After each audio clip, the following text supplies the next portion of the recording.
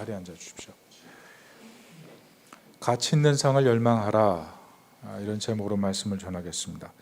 우리에게 승리가 중요합니다. 복도 중요합니다.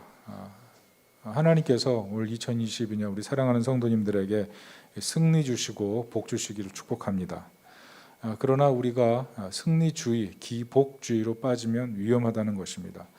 우리가 믿음을 가졌다는 것 때문에 거룩한 실패를 경험할 때 그것을 진정한 승리로 여길 수 있어야 되는데, 때로는 승리를 염원하고 복을 염원한 나머지 타협하고 잘못된 길로 갈 수 있다는 것입니다. 왜냐하면 우리가 핍박을 두려워하기 때문에 그렇습니다. 그런데 핍박을 안식의 관점으로 바라볼 때 우리 좀 생각을 바꿔 살 수가 있습니다.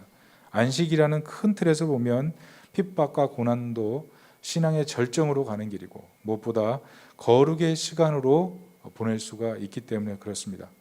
특별히 하나님의 통치를 믿고 미움을 넘는 예수님의 사랑으로 안식을 잘 심기를 바랍니다. 우리가 지난주에 이 말씀을 우리가 증거했습니다. 그래서 살펴봤는데요, 특별히 오늘 본문의 말씀은 핍박을 안식의 개념으로 바라봐야 될 실제적인 이유, 그것을 오늘 살펴보기를 원합니다. 그 이유는 핍박과 고난을 지나며 성도들이 장차 하나님 주실 상을 받기 때문에 그렇습니다. 반지의 제왕 제3편의 왕의 기한이 있는데요, 거기에 보면 굉장히 무모한 마지막 전투 장면이 나옵니다. 오크족이 약 한 10만 2천 명 정도 결집하고, 그리고 인간 요정, 그리고 키 작은 사람들 연합군이 한 12,000, 13,000명 그렇게 집결을 합니다. 연합군이 어떻겠습니까? 10만 명 이상 되는 그 대군을 보면서 완전히 기가 질리지 않았겠습니까? 그때 인간 편의 왕인 아라곤 왕이 칼을 들고 사람들에게 이렇게 연설을 합니다. 대열을 지켜라, 도망치지 마라. 너희들은 나와 같은 공포를 보았다.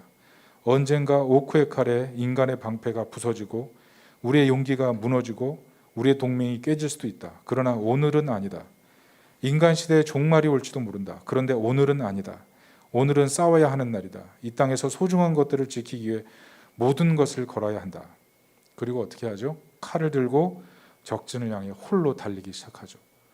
그러자 그 뒤에서 주섬주섬 있던 사람들이 모두 함성을 지르면서 오크족을 향해 돌진합니다. 그리고 전투가 벌어지죠. 결과는 어떻게 됐을까요? 직접 보십시오. 여러분, 왜 아라곤 왕은 눈에 빤히 보이는 질 것 같은 싸움을 시작했습니까? 그 이유는 모든 것을 희생할 만큼 가치가 있는 싸움이었기 때문에 그렇습니다. 우리 인생을 살면서 믿음의 싸움이라는 것이 그렇습니다. 때로 별것 없어 보이지만 믿음을 걸고 모든 것을 희생할 가치가 있는 그 싸움이 우리 삶의 현장에 있어야 된다는 것입니다. 왜냐하면 주님이 보고 계시고 상을 준비하고 계시기 때문에. 계시록 22장 12절에 이렇게 나와 있습니다. 같이 한번 우리 읽겠습니다. 시작. 너희를 영접하는 자, 시작. 보라, 내가 속히 오리니 내가 줄 상이 있어 내게 있어 각 사람에게 그가 행한 대로 갚아 주리라. 여러분, 여기서 주님이 약속한 상이 있다는 것입니다. 그런데 그 약속한 상이 누구에게 주어집니까? 오늘 본문에 보시면 영접하는 자에게 주어집니다. 영접한다는 것은 복음을 전하는 자의 그 메시지를 단순하게 받아들이는 것뿐만 아니라 예수 그리스도를 구원자로 온전히 받아들이는 것, 그것을 영접하는 것이다 말하는 것입니다. 40절 한번 보겠습니다. 너희를 영접하는 자는 나를 영접하는 것이요 나를 영접하는 자는 나를 보내신 이를 영접하는 것이니라. 영접이 중요하다는 거죠. 그게 상을 받는, 하나님 앞에서 은혜를 받는 길이라는 것입니다. 41절을 보면 예수님 또 이렇게 말씀합니다. 선지자 이름으로 선지자를 영접하는 자는 선지자의 상을 받을 것이요 의인의 이름으로 의인을 영접하는 자는 의인의 상을 받을 것이요. 성도에게 선지자의 상 그리고 의인의 상이 별도로 또 있다는 것입니다. 창세기 15장을 보면 이런 것을 잘 이해할 수가 있습니다. 창세기 15장에 보면 여호와께서 마물의 상수리 나무들이 있는 곳에 아브라함에게 나타나십니다. 아브라함이 보니까 건너편에 사람 3명이 다가오는 거예요. 그것을 보면서 아브라함이 했던 일이 무엇이냐 하면 3절에 이렇게 고백합니다. 이르되 내 주여 내가 주께 은혜를 입었사오면 원하건대 종을 떠나 지나가지 마시옵고. 그냥 지나가지 마시고 내가 대접하고 섬기기를 원하오니 우리 집에 머물러 주십시오. 그렇게 고백하면서 물과 떡을 드리겠습니다. 이렇게 얘기해 놓고 그때부터 아브라함이 준비한 것은 무엇이냐면 떡을 갖다 놓은 다음에 떡을 만들어서 갖다 놓은 다음에 곧바로 송아지를 잡아서 요리를 하고 젖과 우유까지 동원해서 최고의 만찬으로 준비해서 손님을 대접한다는 것입니다. 그때 손님 되셨던 하나님께서 하신 일이 무엇이냐 하면 아브라함에게 주시고자 하셨던 약속의 자녀 이삭을 주셨다는 것이죠. 이 말씀이 무슨 의미인가 하면 우리가 아브라함처럼 주님을 정말 진심으로 섬기는 마음으로 섬길 때 주님께서 주시는 상이 있다는 것입니다. 우리가 이런 것을 믿으면서 살아가는 신앙이 될 필요가 있다는 거예요. 선지자를 만약 주님을 진실로 사랑하는 마음으로 섬길 때는 선지자의 상을 받는 것이고, 의인을 주님을 사랑하는 마음으로 진실로 섬길 때 의인의 상이 있다는 것입니다. 오늘 42절을 보면 또 누구든지 제자의 이름으로 이 작은 자 중 하나에게 냉수 한 그릇이라도 주는 자는 내가 진실로 너에게 이르노니 그 사람이 결단코 상을 잃지 아니하리라. 냉수를 주는 행위는 당시 그레고 로만 사회에서 아주 작은 호의였습니다. 그 작은 호의, 누구나 할 수 있는 호의. 그러나 그 작은 호의라도 베풀 때 주님은 그것을 보시고 상을 잃지 않게 하신다. 이 약속을 하신 것입니다. 특별히 42절에 보면 작은 소자 중에 하나라 그랬는데 이 소자는 바로 제자를 얘기합니다. 제자로서 복음에 헌신된 소자를 말하는 거예요. 당시 사회에서 소자라는 것은 어리고 미성숙하고 사회적인 약자가 소자였습니다. 그런데 여기서는 복음을 위해서 자신의 삶이 사회적으로 작은 자가 될지라도 그것을 과감하게 받아들이는 사람, 그 사람이 소자인 거예요. 다시 말해서 이 소자는 주님이 정말 애정을 가지고 바라보시는 사람, 그 사람이 소자라는 것입니다. 그런데 그 사람을 제자로 인정하고 제자라는 이유 때문에 영접하고 환대하는 사람, 반드시 복을 주신다는 거죠. 뿌린 대로 거두게 되는 것입니다. 설날 어떤 쇼컷을 봤어요. 작은 동영상을 봤는데 그 동영상에 어떤 아빠가 나와서 이렇게 얘기합니다. 정말 속상한 일이 있습니다. 제 마음이 너무 힘듭니다. 무슨 얘기인가 잘 봤더니 자기 딸아이가 학교에서 특수반에 진학하게 됐다는 거예요. 특수반이라는 것은 학교에서 좀 공부하는데 공부 따라가지 못하고 좀 이렇게 성적이 좀 낮은 아이들이 가는 그런 반에 들어가게 됐다는 거예요. 그것 때문에 너무 마음이 아프다는 거예요. 그래서 제가 좀 그것을 보면서 측은한 마음이 생겨서 보고 있는데 그분이 갑자기 그 카메라 앞에 갑자기 이렇게 다가와서 이런 얘기를 하더라고요. 이건 사실 비밀인데 아이 숙제를 제가 다 했습니다. 아이 숙제를 자기가 다 해서 결국 자기 아이가 특수반에 갔다는 거죠. 제가 그것을 보면서 이제 한참 웃었는데요. 여러분, 이 뿌린 대로 거두는 것이 사실 이 땅의 원리 아니겠습니까? 사실 영적인 원리도 이런 부분이 있다는 거예요. 하나님 앞에서 우리가 무엇을 뿌렸느냐, 그것이 우리의 거둠의 법칙으로 돌아오게 된다는 것입니다. 마태복음 25장 31절부터 40절을 보면 예수님께서 양과 염소의 비유를 하십니다. 예수님께서 인자가 자기의 영광으로 올 때 보좌에 앉으셔서 양과 염소를 구분하신다는 겁니다. 오른쪽에는 양, 왼쪽에는 염소를 둔다고 그러시는 거예요.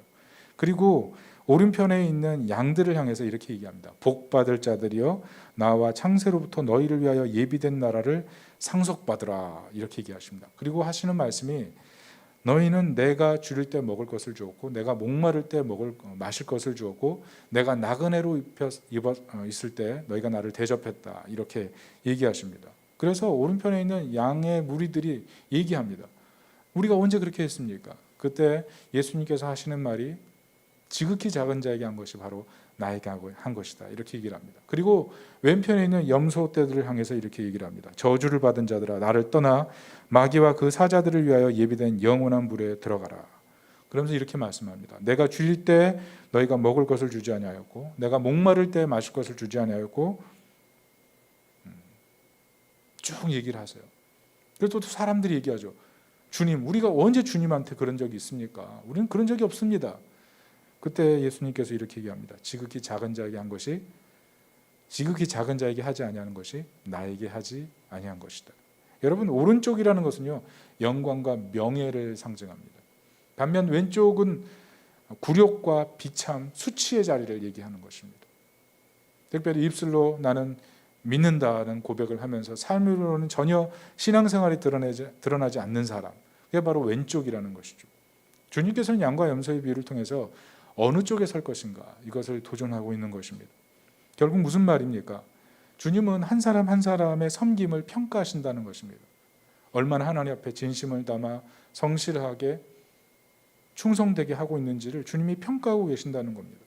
우리가 받을 상급은 단지 우리가 예수님 믿고 나와서 믿는 것으로 끝나는 것이 아니고 우리의 봉사와 헌신을 통해서 이 땅에서 예수님을 아름답게 섬긴 이가 저 하나님 나라에서도 영광스럽게 주님을 섬기게 된다는 얘기를 하고 있는 것이죠. 주목할 것은 우리가 상급을 받기 전에 하나님 앞에 우리의 헌신이 진짜인지 가짜인지를 연단이라는 과정을 통해서 검증된다는 것입니다. 검증의 시간이 있는 거예요. 우리가 진심으로 하나님 앞에 온전히 헌신했고 온전히 믿음으로 살았는지 연단의 과정을 통해서 체크하시고 우리에게 상을 주신다는 겁니다. 그것이 고린도전서 3장 10절부터 15절입니다. 우리 다 같이 한번 교독해 보겠습니다. 제가 먼저 10절 읽겠습니다. 내게 주신 하나님의 은혜를 따라 내가 지혜로운 건축자와 같이 터를 닦아두며 다른 이가 그 위에 세우나 그러나 각각 어떻게 그 위에 세울까를 조심할지니라. 이 닦아둔 것 외에 능히 다른 터를 닦아둘 자가 없으니 이 터는 곧 예수 그리스도라. 만일 누구든지 금이나 은이나 보석이나 나무나 풀이나 집으로 이 터 위에 세우면 각 사람의 공적이 나타날 터인데 그날이 공적을 밝히리니 이는 불로 나타내고 그 불이 각 사람의 공적이 어떠한 것을 시험할 것임이라. 만일 누구든지 그 위에 세운 공적이 그대로 있으면 상을 받고 누구든지 그 공적이 불타면 해를 받으리니 그러나 자신은 구원을 받되 불 가운데서 받은 것 같으리라. 언젠가 주님 앞에 우리의 공적이 불을 통과하는 날이 온다는 것입니다. 그 불을 통과하는 날 공적이 남아있으면 영광스러운 구원이 되는 것이고 만일 다 타버린다면 구원을 받되 불 가운데서 구원을 얻는 것과 같다는 거죠. 여러분 화재 사건이 일어나면 어떻습니까? 모든 것을 다 내버리고 몸만 나오는 겁니다. 돌아 나와서 살았다는 것 자체로 기적이라고 얘기하며 감사하겠죠. 그러나 자신이 그동안 쌓아놓고 준비했던 모든 것은 다 불타버리겠죠. 바로 그런 것을 얘기하는 것입니다. 아무것도 남지 않고 자기 몸만. 그것이 바로 오늘 얘기를 하는 거죠. 연단의 시간, 진짜와 가짜를 판단하는 시간. 그래서 진정성 있는 신앙이 상을 받는다는 것입니다. 진정성 있는 신앙. 파리에서 도시락을 파는 여자라는 책 제가 지난번에 한번 설교 때 소개해드렸죠. 켈리 최라는 분. 이분 자산이 얼마냐 하면 6,200억입니다. 우리나라 충남 쪽인가요? 거기 사셨대요. 근데 그러다가 이제 호롤단신 파리로 떠나서 거기서 그냥 완전히 그냥 맨땅 헤딩하는 식으로 사업해서 바닥에서부터 시작해서 성공하신 분인데 이분이 유튜브에 이번에 신년에 등장해서 이런 얘기를 했어요. 성공의 법칙에 대한 얘기를 했습니다. 첫째는 성공을 위해서 어려움을 참고 꿈을 명확히 해라 이런 얘기를 했어요. 10억 부자가 될 건지 100억 부자가 될 것인지 이걸 정해라 이런 얘기를 합니다. 그리고 두 번째는 데드라인을 정해라. 내가 언제 그것을 이룰지 데드라인을 정해라. 뭐 일본의 소프트뱅크 손정희 사장님 같은 경우에도 자신이 몇 살 때 얼마를 벌겠다 정해놓고 그걸 다 이뤘잖아요. 그런 것처럼 그런 데드라인이 필요하다는 겁니다. 세 번째는 하루 액션 플랜을 정하고 그 일을 성취하라. 하루에 3가지 일 정도 정확하게 해야 될 일을 정해놓고 그 일을 성취하는 그런 삶을 하나씩 하나씩 살아보라는 거죠. 그러면서 하는 말이 결코 종잣돈 모으지 않고 사업하려고 하지 말고 노동을 해서라도 돈을 모으라. 청소부를 하든 쿠팡 알바를 하든 편의점 알바를 하든 노동을 해라는 거예요. 그러면서 워라밸을 돈을 모을 땐 추구하지 말고 이 말에 참 마음에 와닿습니다. 죽을 때까지 일하라. 죽을 때까지. 참 마음에 와닿지 않아요? 죽을 때까지. 힘들었어요. 사실은. 여러분 이분 이제 책을 쭉 살펴보면 정말 죽기 살기로 살았던 것을 볼 수가 있어요. 근데 이분이 딱 5년 동안 그렇게 죽기 살기로 살았다는 겁니다. 그리고 결국 최고치를 찍었어요.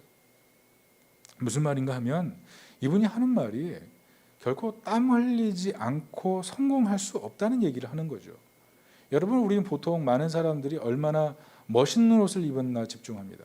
얼마나 명품 옷을 입었는지, 얼마나 좋은 차를 타는지, 어떤 메이커 아파트에 사는지. 어떤 사람이 누리는 그 행복만, 그 결과만을 바라보면서 부러워한다는 거예요. 그 사람이 그 결과를 이루기 위해서 얼마나 힘든 대가를 치렀는지를 생각하지 않는다는 거죠.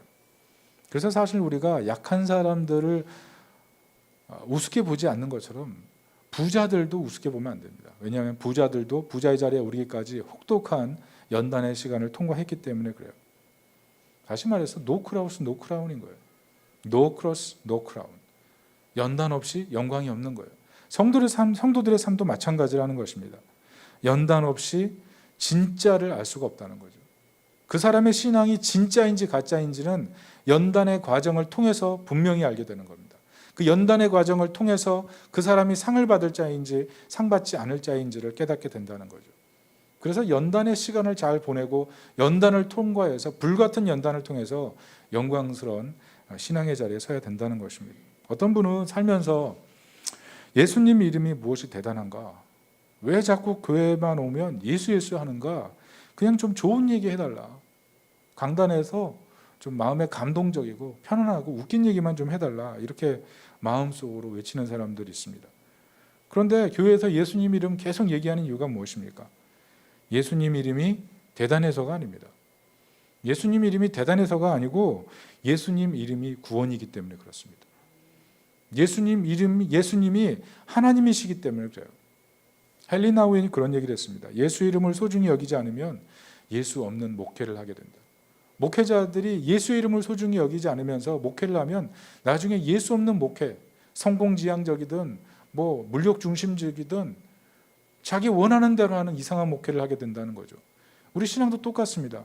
우리 삶에 2020년 시작하면서 예수 그리스도를 정말 소중히 여기지 않고 2022년을 살아가려고 한다면 분명히 예수 없는 삶을 살아가게 될 것입니다.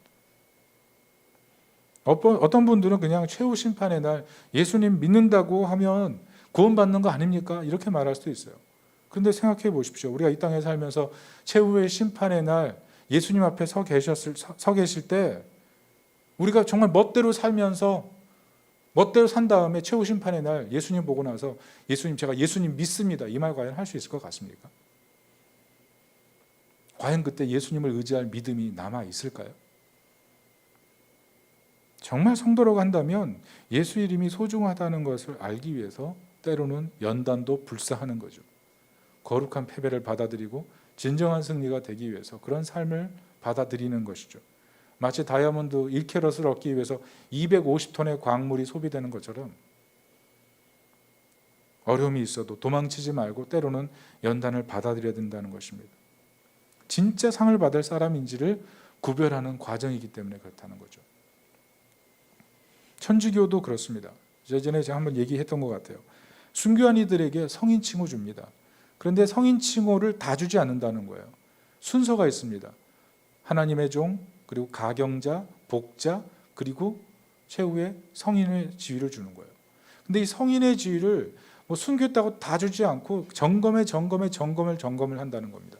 우리나라에도 그 카톨릭에도 보면 순교한 사람들이 정말 많거든요. 병인박해, 신유박해서 죽은 사람이 정말 많습니다. 그런데 그 사람들에게 다 성인을 줬느냐? 결코 그렇지 않습니다. 끊임없이 검증하는 거예요.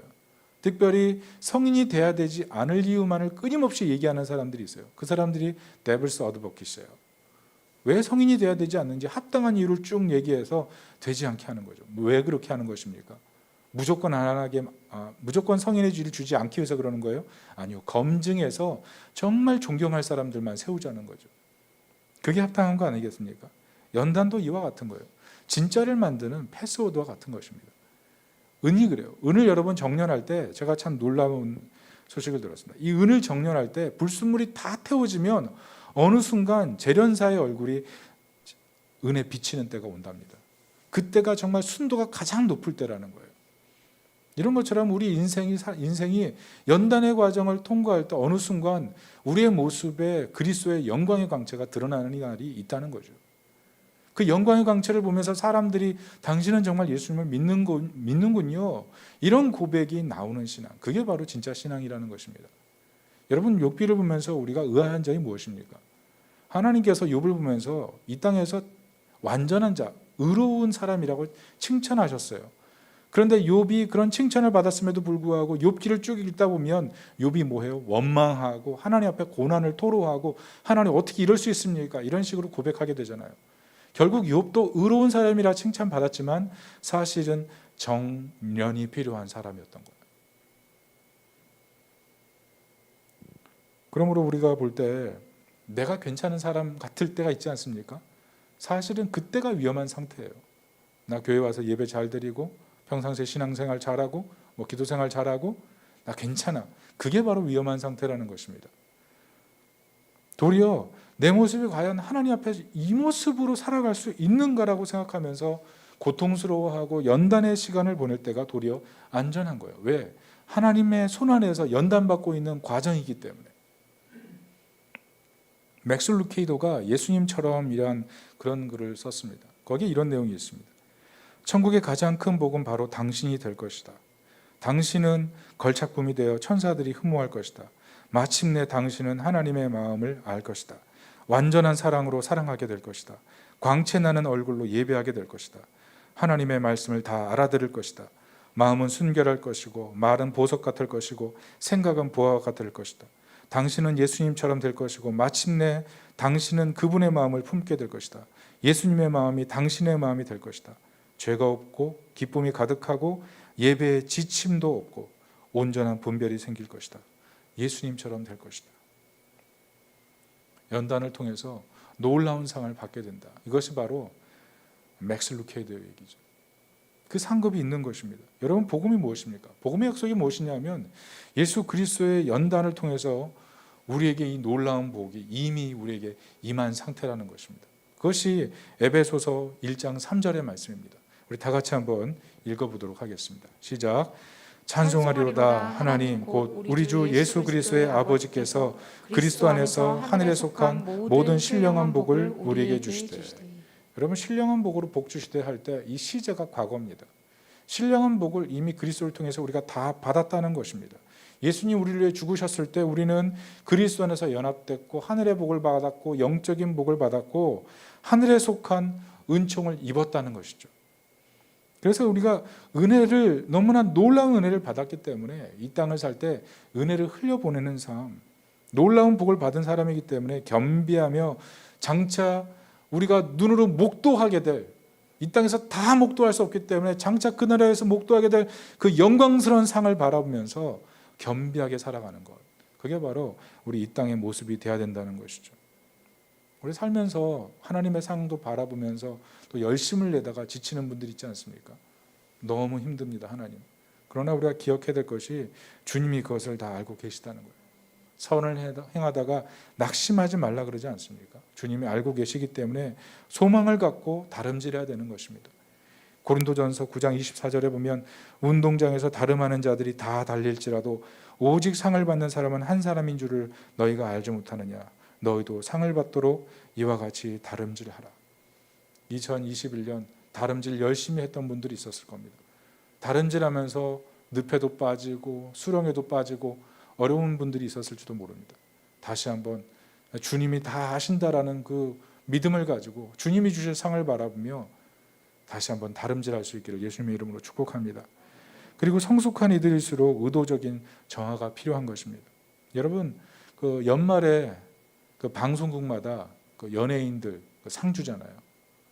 이번에 보니까 어떤 방송국에서 연예 대상을 주는데 제가 봤던 드라마의 여주인공이 상을 받더라고요.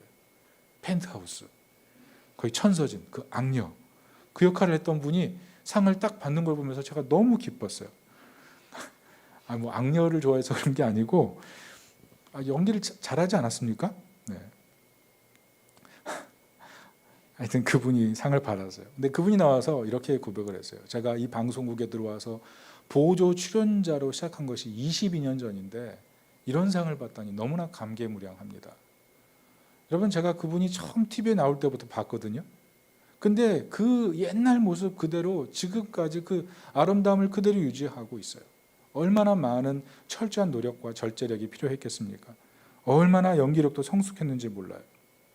성도도 마찬가지예요. 장차 우리에게 주실 영광스러운 상이 있고 그 영광스러운 상을 받으면서 많은 사람들 앞에서 어떤 간증을 하게 될 그날이 올 거예요. 그날이 오기까지 우리가 은혜를 순환시키고 나를 통해 하나님이 보여주는 그런 삶, 그런 삶을 살아야 된다는 것입니다.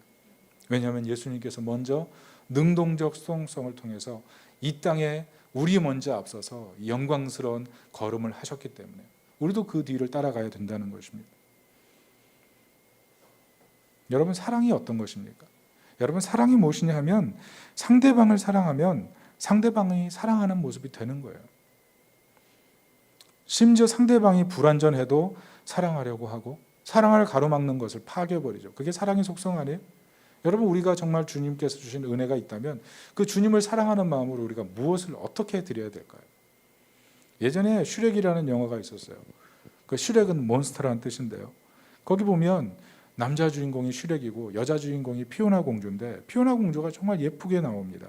그런데 이 피오나 공주의 문제는 뭐냐면 저주에 걸려서 밤마다 몬스터로 바뀐다는 거예요.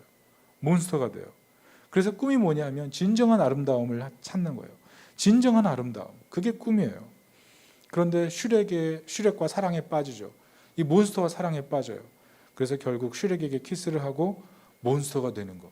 이게 슈렉의 내용이에요. 슈렉이 이런 말을 합니다. 왜 사람들은 보이는 것 너머에 또 보아야 할 것이 있다는 것을 알지 못하지? 세상이 아름다워 보인다는 거예요. 외적으로 정말 아름다운 것이 많다는 것입니다. 그러나 진정한 아름다움은 외적인 것만 아니라는 거죠. 외적인 것만을 다 추구해서 사람들이 다 아름다워지면 세상에 있는 모든 것들을 추구해야 된다는 거죠. 그러나 진정한 아름다움이 세상에 있지 않다는 것입니다. 보이지 않는 것, 거기에 아름다움이 있다는 거죠. 그래서 피오나가 무슨 선택을 하냐면 슈렉의 배우자가 되기를 결정하는 거예요. 보이는 것이 전부가 아니라는 거죠. 정말 중요한 것을 선택하는 삶, 정말 중요한 것을 선택하는 삶. 사랑은 상대방을 사랑하면 그 사람이 원하는 대로 바뀌어져요. 상대가 심지어 불완전할지라도 사랑하려고 하고 사랑을 가로막는 것을 파괴해버리죠. 여러분, 그런데 이것이 바로 복음의 속성입니다. 예수님이 하셨던 일이 바로 이거예요. 예수님께서는 우리가 하나님을 사랑하지 못한 채 죄와 사망의 벽에 눌려 있으니까 죄와 죽음을 깨트리시기 위해서 자신을 먼저 깨트리지 않으셨습니까? 보이는 것이 전부가 아니라는 사실을 알리기 위해서 보이지 않는 세계를 향해 눈을 여시기 위해서 친히 보이는 세상의 모든 장애물을 지시고 십자가에 오르지 않으셨습니까? 슈렉이 이런 말을 해요. 그들은 나를 알기도 전에 나를 판단해. 그래서 내가 혼자 있는 게 나은 거야. 혼자 있는 게 나은 거야. 여러분, 우리는 어떻습니까? 세상 사람들에게 늘 판단받지 않아요? 쟤는 몇 점짜리, 쟤는 어느 학교, 쟤는 어느 대학, 쟤는 어떤 직장, 저 집안은 뭐, 쟤는 어떤 차를 타고 다니고, 쟤는 무슨 옷을 즐겨 입고, 쟤는 저런 상표를 좋아하고, 다 여기 어떤 판단받지 않습니까? 그러다 보니까 우리가 늘 어때요? 외롭잖아요. 나는 저거 없고 저게 없고. 사람들의 판단에 위축돼요. 사람들은 계속 우리를 판단하죠. 우리도 판단하고. 그런데 우리 속이 어때요? 우린 외롭지 않죠. 나도 판단받고 싶지 않고 누군가 판단하고 싶지 않으셔. 사실 우리 마음에 어떤 마음이 있냐면 나도 상이 필요한 거예요. 세상 사람들이 인정하는 그런 상이 필요한 거예요. 세상 사람들 앞에 보란 듯이 자랑할 수 있는 그런 상이 필요한 거죠. 근데 그런 상이 없는 거예요. 더 올라가고 싶고요. 더 인정받고 싶고요. 더 갈채받고 싶은 그런 욕망들이 있는 거예요. 근데 그게 안 되잖아요. 그게 안 되니까 사실 우리 마음속에 그냥 홀로 있고 싶은 마음, 그 마음이 사실 우리 마음속 깊이 있지 않습니까? 그런데 복음이 무엇이냐면 예수님께서 겉만 보는 세상에 우리의 보이지 않는 아름다움을 보여주시기 위해서 죽으셨다는 거예요.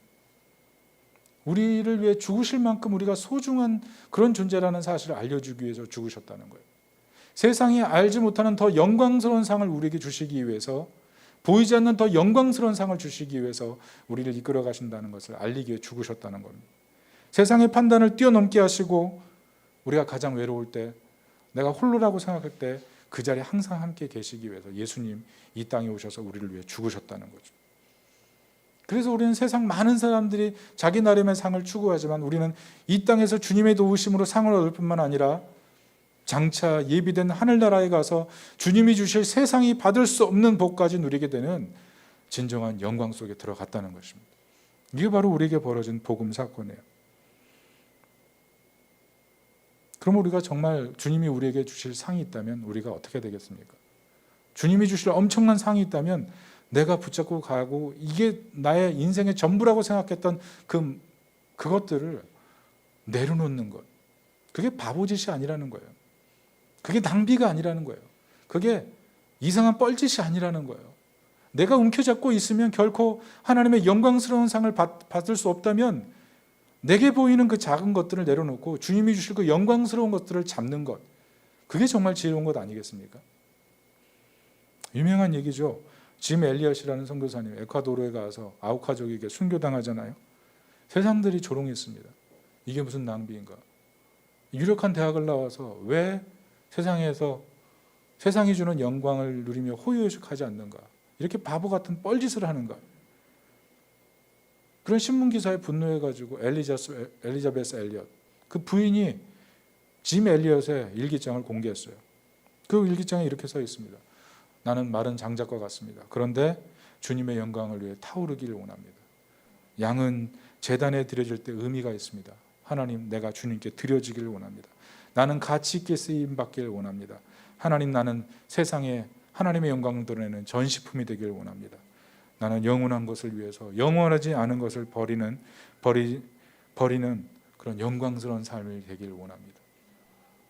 영원한 것을 위해서 영원하지 않은 것을 버리는 것은 결코 바보가 아니라는 거죠. 그분이 이 일기를 써놓고 나서 이렇게 썼어요. Hold me, 나를 붙잡아 주세요. Mold me, 나를 변화시켜 주세요. Use me, 나를 사용해 주세요. Burn me, 나를 태워 주세요. For your glory, 하나님의 영광을 위해. Burn me, 나를 태워 주십시오. 결국 자신을 다 태워 드리지 않습니까? 자신이 쥐고 있던 모든 것들을 내려놓고 주님이 주실 상을 위해서 자기 목숨까지 주저하지 않았던 것, 그게 바로 영광스러운 상급을 향한 우리 성도의 믿음과 용기가 되어야 된다는 거죠. 바울이 뭐라 그럽니까? 디모데후서 4장 7절. 이 말씀을 우리가 정말 마음에 심고 2022년 마음에 품고 살았으면 하는 그런 마음이 있습니다. 다 같이 한번 디모데후서 4장 7절을 읽어보겠습니다. 시작. 나는 선한 싸움을 싸우고 나의 달려갈 길을 마치고 믿음을 지켰으니 이제 후로는 나를 위하여 의의 면류관이 예비되었으므로 주 곧 의로우신 재판장이 그날에 내게 주실 것이며 내게만 아니라 주의 나타나심을 사모하는 모든 자에게 도니라. 무슨 말씀입니까? 성도에게 상이 있다는 거예요. 그 상이 있기 때문에 결코 이 땅을 살면서 하나님의 상급을 바라보고 살아가는 삶이 바보짓이 아니라는 거예요. 우리가 세상을 살아가면서 많은 사람들에게 판단을 받을 수 있어요. 그런데 우리를 진정으로 판단하시는 하나님의 눈길 아래 살아가는 것, 그게 진정한 지혜라는 것입니다. 여러분, 상을 얻길 바라지 않는 사람들이 있어요. 예수 믿으면서도 그냥 이 땅 이렇게 살다가 저 하나님 나라 가면 되지. 여러분, 정말 하나님 나라 갈 때까지 그 믿음 지킬 수 있겠습니까? 하나님 앞에 섰을 때 그렇게 대충 신앙생활해서 하나님이 주실 상을 받을 수 있겠습니까? 그때 예수님이 나의 구원자라고 얘기할 수 있겠습니까? 여러분, 예수님께서요, 우리에게 이 땅의 상뿐만 아니라 세상이 줄 수 없는 상을 주시기 위해서 하신 일이 십자가에서 죽으신 사건이에요. 십자가에서 죽으시고 우리에게 영광의 상을 주셨는데, 그것을 붙잡기 위해서 우리의 자그마한 이 땅의 영광을 조금이라도 내려놓고 주님을 섬기려는 과감한 결단이 없다면 어떻게 예수님의 사랑을 알고 믿는다고 할 수 있겠습니까? 사랑하는 성도 여러분, 우리가 신년 예배 때 성경대로 살아갈 것인가, 아니면 우리 지식으로 그냥 세상 사람들이 하는 얘기를 따라서 우리가 경험한 것을 따라서 식민지화된 그런 지식과 신앙을 가지고 살아갈 것인가, 둘 중에 하나 결단하라 그랬습니다. 근데 저는 오늘 여러분에게 다시 한번 결단하기를 원합니다. 인생을 살면서 하나님이 주실 상을 바라보며 살 것인지, 아니면 받지도 되고 받아도 되고 받지도 않아도 될 그런 상을 위해서 그냥 우물쭈물하며 살아갈 것인지, 신앙 노선을 분명하게 정해야 된다는 거죠. 여러분, 만약 우리가 가지고 싶은 그 상이 하나님 안에서 아무 가치가 없다면, 물론 이 땅에서 잘 되고 번영하고 성공적이고 성취적인 그런 삶을 살아야 됩니다. 학생들 열심히 사세요. 열심히 공부하세요. 리포트 써서 A+ 받으십시오. 장학금 받으시고요. 장학금 받아가지고 친구들에게 커피 쏘고 뭐 그런 일들 하십시오. 직장인들 성취하시고요. 한 단계 더 올라가시고요. 그러나 그게 인생의 영광의 다가 아니라는 거예요. 그 영광이 인생의 다라면 우리가 예수 믿는 게 얼마나 뻘짓입니까? 그런데 우리에게 하나님이 말로 할 수 없는 보상을 이 땅에서 약속하실 뿐만 아니라 장차 하나님 나라에서 영광의 보상으로 우리에게 다가온다면 우리가 이 땅에서 예수 제대로 믿는 것, 이게 진짜 영광스러운 거 아니겠습니까? 오늘 예수님께서는 우리에게 상을 약속하고 계십니다. 우리가 이 땅에서 받아야 될 상이 있습니다. 그 상을 가로막는 모든 것들이, 여러 가지 문제들이 있을 거예요. 주님 주신 상을 기뻐하지만 말고 그것이 내게 있다 이런 얘기만 하는 것이 아니라 그 상을 붙들었다면 그 상을 지키고 그 상을 영광스럽게 하며 살기를 위해서 2022년 상을 받는 자에 합당한 그런 삶을 살아가는 하나님 백성이 되시기를 예수님의 이름으로 축원합니다. 아멘. 우리 이 시간 다 같이 한번 기도하겠습니다.